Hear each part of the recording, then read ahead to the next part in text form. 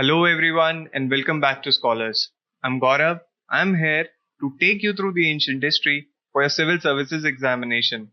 So let's get on with our today's topic, that is Mahajanapads.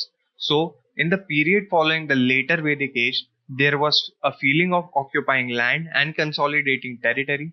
The need for the land was felt because the economy was moving from being pastoral to the agricultural. As many as 16 new kingdoms arose in the period following the later Vedic age. All these 16 kingdoms fought against each other to consolidate or to occupy the neighboring land. Out of these 16, 4 are very important. They are Magad, Vatsa, Avanti, and Kaushal. Out of these 4, Magad emerged victorious and ruled for the next 300 years. In today's lecture, we'll look at these 16 Mahajanapads. We'll look at the causes behind the Magad's victory. We'll also look at the rise of Magad as an empire to a formidable power which occupied whole of the North India. So let's continue. In the beginning of 6th century BC, the northern India consisted of large number of independent kingdoms. They were 16 in number. The widespread use of iron in eastern UP and western Bihar created conditions for formation of large territorial states. Use of iron enabled human beings to clear more forest and bring more land for agriculture and into their territories. The iron implements also enabled peasants to produce surplus. The extra products could be collected by a prince to meet the military and administrative needs. So in the previous lectures we learned how the princes of later Vedic age were unable to maintain strong army, that is a regular army, because of lack of surplus and taxes. But now with the use of iron implements, the peasants were enabled to produce surplus, and this enabled the prince to maintain large armies and administrations. These material advantages, like the use of iron implement and bringing more land into cultivation, naturally enabled people to remain on their land. Since now the land produced surplus, there was no need to abandon it and also to expand at the cost of neighboring areas. Because of use of iron weapons, warrior class now played an important role. So now the warrior class, this was a new class comparatively, because now the prince had a regular standing army. This warrior class played an important role because they fought war and they used to bring more area under the territory. People now owed strong allegiance to Janpad, or the territory to which they belong, rather than to their Jana or tribe. Now there are many differences in India, like we have linguistic differences, caste differences, but when we watch a cricket match, we support Team India as a whole unit. And that is what happened during the Janpad period. When there were 16 new kingdoms, the people owed their allegiance to the territory rather than belonging to their tribe. That is, they forgot their internal differences, like the tribal differences, and belonged to a common identity of that of their Janpad. Northern India consisted of as many as 16 independent kingdoms.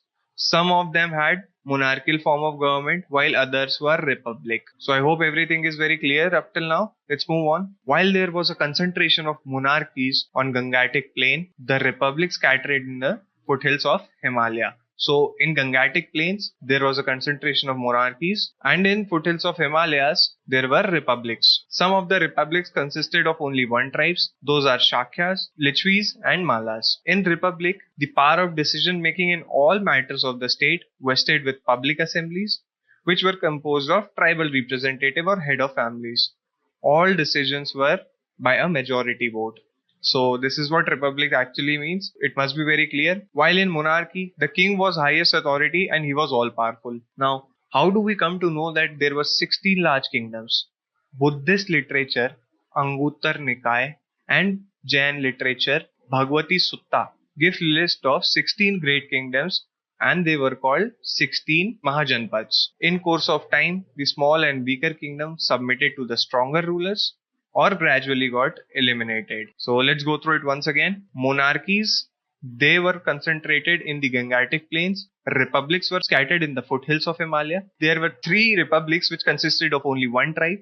They were Shakyas, Lichvis, and Malas. In republics, the power of decision making in all matters of the state vested with the public assembly, which was composed of tribal representative or head of the families. All decisions were by a majority vote. While in monarchy, king was the highest authority and all powerful.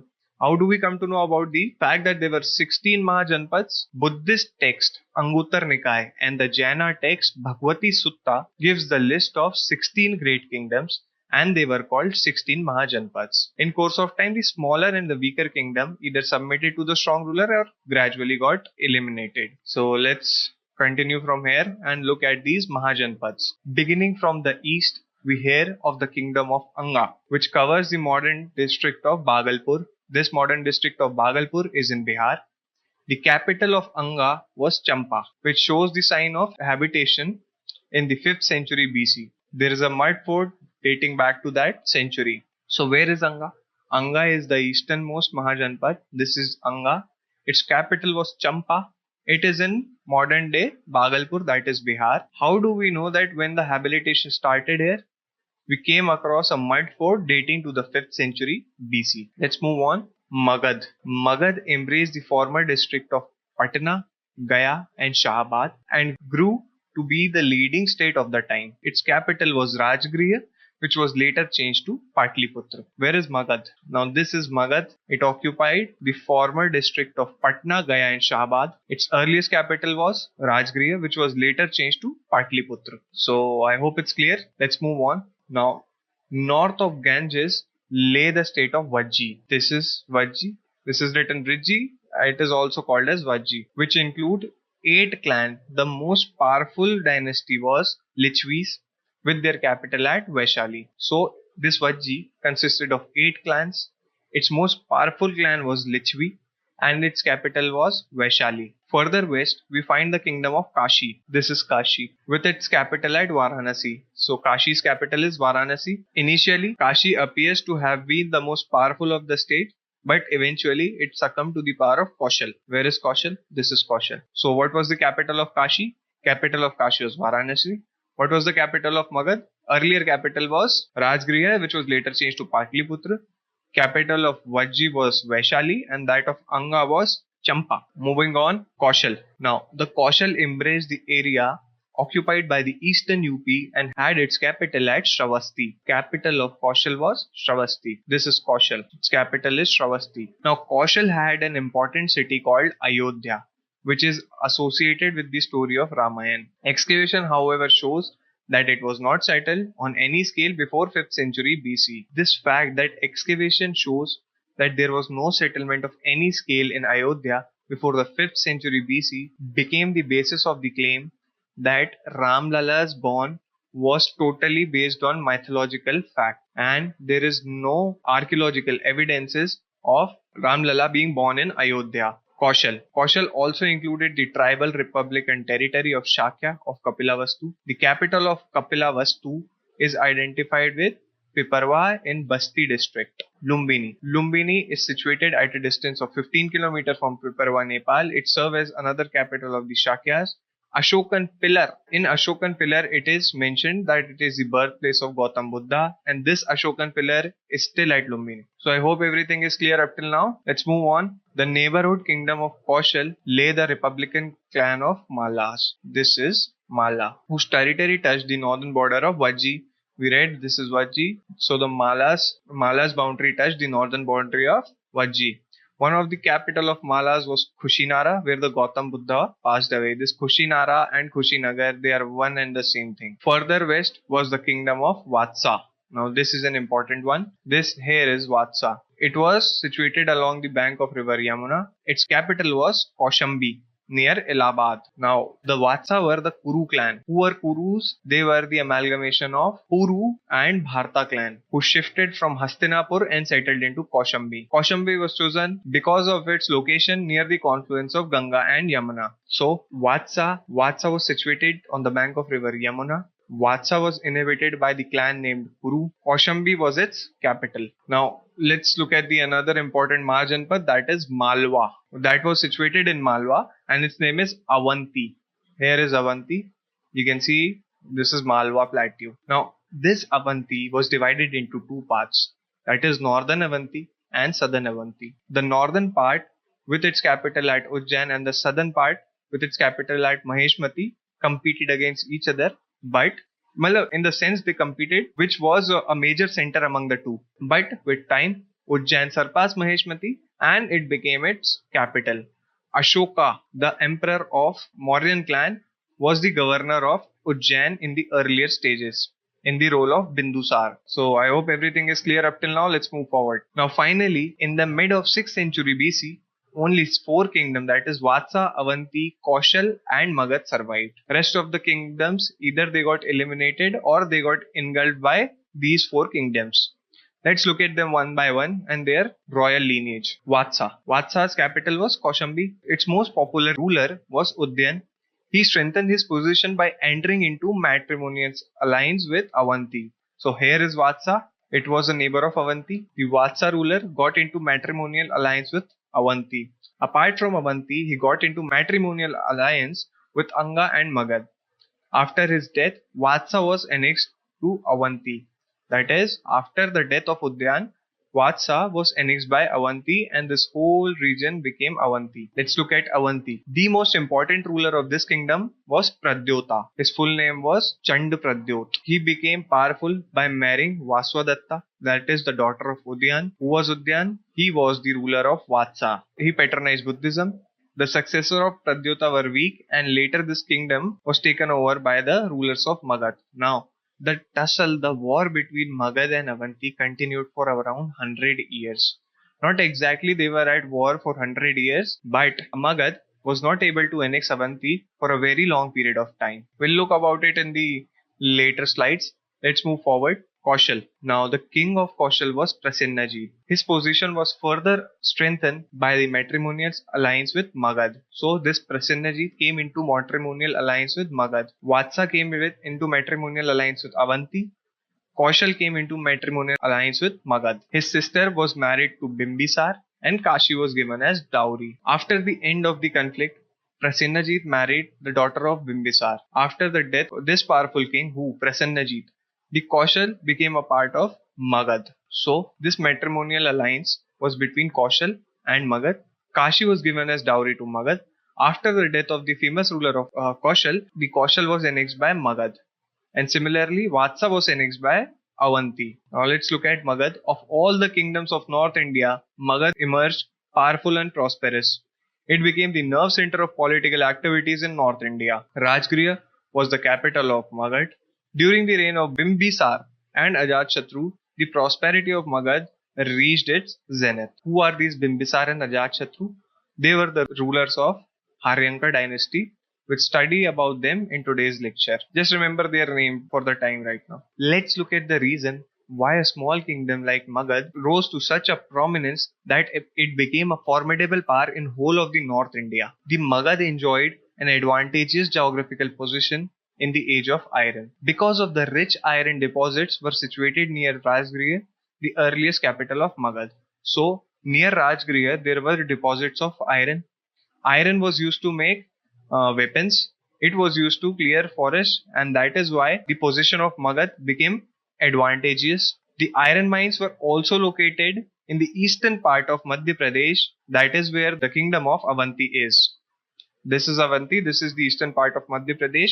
And that is why Avanti was able to stand up to Magad. Now the two capitals of Magad, the first at Rajgiri and second at Patliputra, were situated at very strategic points. Rajgriha was surrounded by 5 hills and so it was impregnable. So the two capitals, who was the second capital? Let's look at it. In the 5th century BC, Magadhan prince shifted their capital from Rajgriha to Patliputra. So the second capital became Patliputra.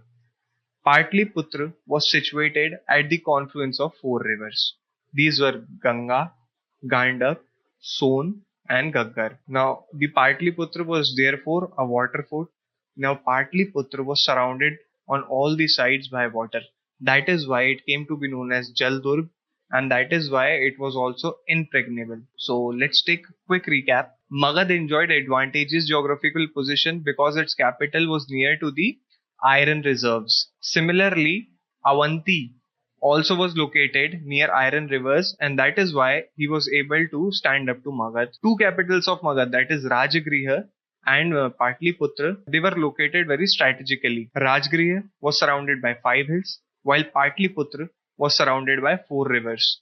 That is why Patliputra is also known as Jaldurg, that is water fort. Let's move on. Now, Magad lay at the center of Gangetic Plains, the Ganges providing a means of both the transport and agricultural facilities. We know that this Gangetic Plains, they are rich in alluvial soil, and this Gangetic Plains had environmental factors which were conducive to agriculture, which helped Magad. The heavy rainfall made this area productive even without irrigation. So that is why they were able to produce more surplus, which in turn resulted in helping the king in maintaining large army and huge administration. The Prince of Magad also benefited from the rise of towns and the use of metal money. They contributed to the trade and commerce in northeast India. This enabled the prince to levy tolls, and this revenue helped them to maintain huge army and a good administration. So it's very basic point that the trade flew. Now the king has the authority to levy taxes. He collected more money and invested them in maintaining a huge army and a good administration. Magad enjoyed a special advantage in military organization. All the Indian states were well acquainted with the use of horse and chariot, but it was Magad which first used elephant on large scale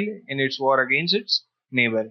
So another important fact is that it was Magad who first used elephant in war against its neighbor, and that is why Magad emerged victorious. So I hope everything is clear. Let's move on and talk about the dynasties which contributed to the rise of Magad. Now the first dynasty is Haranyaka dynasty. It is also known as Haryanka dynasty. Now let's just take a look at the rise of Magad and the dynasties which contributed in making the Magad a formidable power. First dynasty was Haryanka dynasty. It is also known as Haranyaka dynasty. Its first ruler was Bimbisar. He was the founder of Haranyaka dynasty. Magad came into prominence under the leadership of Bimbisar. He was contemporary of Gautam Buddha. A very important point. Now, these facts like who was whose contemporary, it will help you in tracing the history and tracing the chronology of history. And that is why these points are important. He consolidated his position by matrimonial alliance. He came into 3 matrimonial alliances. Let's look at them. First wife was the daughter of King of Kaushal and the sister of Prasenajit. We have discussed this. He was given the Kashi region as dowry, which yielded large revenue. His second wife was Chelanna, was a Lichvi princess of Vaishali who gave birth to Ajatshatru. Now this Ajatshatru succeeded Bimbisar. So that is why this becomes important. His third wife was the daughter of chief of Madras clan of Punjab. By matrimonial alliance, now what were the reasons behind getting into these matrimonial alliances? We saw Avanti got into matrimonial alliance with Vatsa. Now we are witnessing that Magadan king Bimbisara came into 3 matrimonial alliances. The reason being, by getting into a matrimonial alliance, the kings were able to call off the hostility of neighboring kingdoms. They earned huge revenue from the cities he received as dowry, and this also gave him a free hand to deal with the other hostile kingdoms. So what are these 3 factors? By getting into matrimonial alliances, they called off the hostility of the neighboring kingdoms, earned huge revenue from the city they received as dowries, and also it gave them a free hand to deal with their hostile neighbors. Now this Bimbisar was also known as Senya because he was the first Indian king to have a regular standing army. The period before the Magadhan Empire or the Mahajanapada period didn't have a regular standing army. So it was under the rule of Bimbisar when India witnessed its first regular standing army. He built the city of Rajagriha, which was the earliest capital of Magad. So let's move on from here and look at the next ruler, that was Ajatshatru. He was the son of Bindusar. He killed him and seized the throne. Now the reign of Ajatshatru was remarkable for his military conquest. He gained complete control over Kashi by attacking his maternal uncle Prasenajit, that is the king of Kaushal. Vajji Confederation was his next target. It took him 16 years to take full control of this Vajji Confederation. He was eventually successful in doing so because of the war engine like catapult, which was used to hurl stone. You must have seen this catapult machine in movies. He also possessed a chariot to which a mace was attached, and this facilitated mass killings. Now this chariot with an attached mace, it was also used in Bahubali, that Rana Dungavatti's